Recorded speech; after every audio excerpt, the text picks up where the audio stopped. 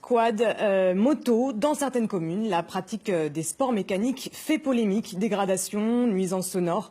Un guide vient de paraître pour réglementer la circulation des engins motorisés dans les espaces naturels. Les explications de Pascal Franco et Anne-Claire Huette.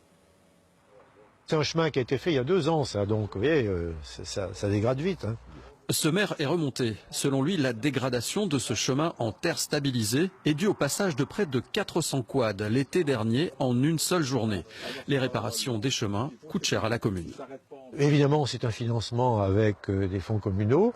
Ce sont les impôts communaux qui payent, ce sont les usagers qui payent. Donc on est très attentif à cet usage des chemins. Réglementer le passage d'engins motorisés sur les chemins est compliqué.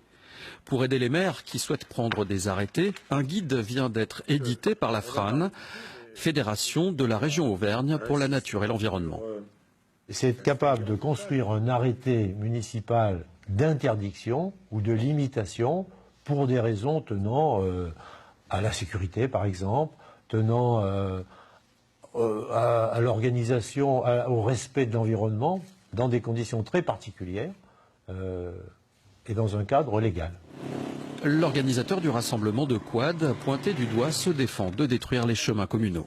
Après m'être entretenu assez longuement avec Edith Quincé, la présidente nationale du Code Vert, qui est un collectif de défense des loisirs verts, verts en général et non pas que motorisés, il n'y a à ce jour aucune étude qui a été réalisée montrant l'impact des sports mécaniques tout-terrain sur le milieu naturel.